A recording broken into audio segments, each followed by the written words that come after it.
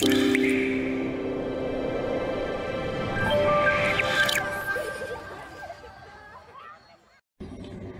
öksürük çorbamızın malzemelerini sayalım. 1 su bardağı kırmızı mercimek, 1 havuç, 1 orta boy patatesimiz var, 1 orta boy kuru soğan, zencefilimiz var, ceviz büyüklüğüne yakın bir zencefil, kemik suyu, tuz, karabiber, zeytinyağımız var. Şimdi malzemeleri şu şekilde tenceremize ilave edelim. 1 su bardağı kırmızı mercimeğimizi önceden yıkamıştık. İlave ediyoruz tenceremize. Soğanımız da aynı şekilde. Şimdi patatesimizi de küçük küçük keselim.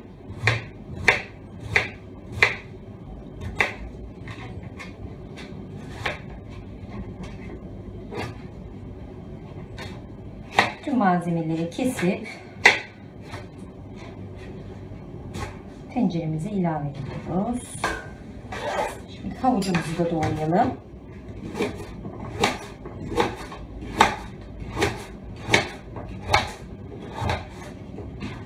Daha sonra blenderdan geçeceği için çok önemli değil büyüklüğü.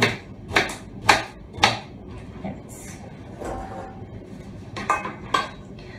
Şimdi pişirmeye başlayabiliriz. Doğradığımız malzemelerimizin üzerine 2 litreye yakın suyumuzu ilave ediyoruz.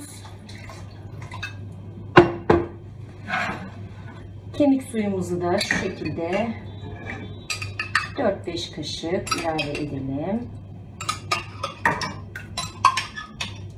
Harika.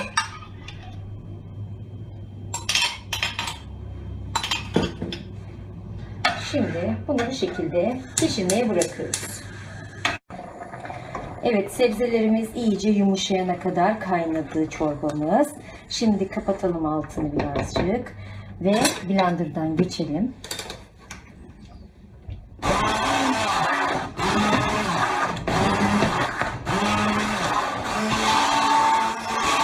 Şimdi zencefilimizi çorbamızın içerisine rendeliyoruz. Blenderdan geçirdikten sonra zencefil soğuk algınlığına, öksürüğe, hatta mide ağrısına bile yararlı. Tabii zencefil yararlı olduğu kadar fazlası da zararlıdır. Evet, şimdi karabiberimizi ve tuzumuzu ilave edelim. Tekrar altını açacağız. Şimdi mercimek tabi biraz katılaşabiliyor.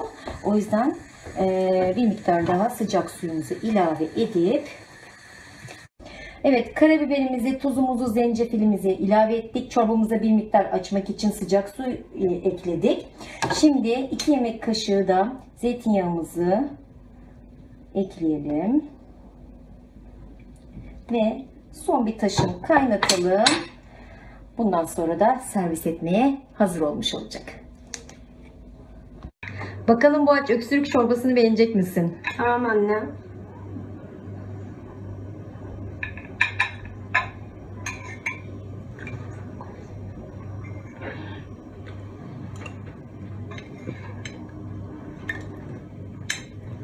Harika olmuş anne. Beğendin mi? Hakikaten çok beğendim.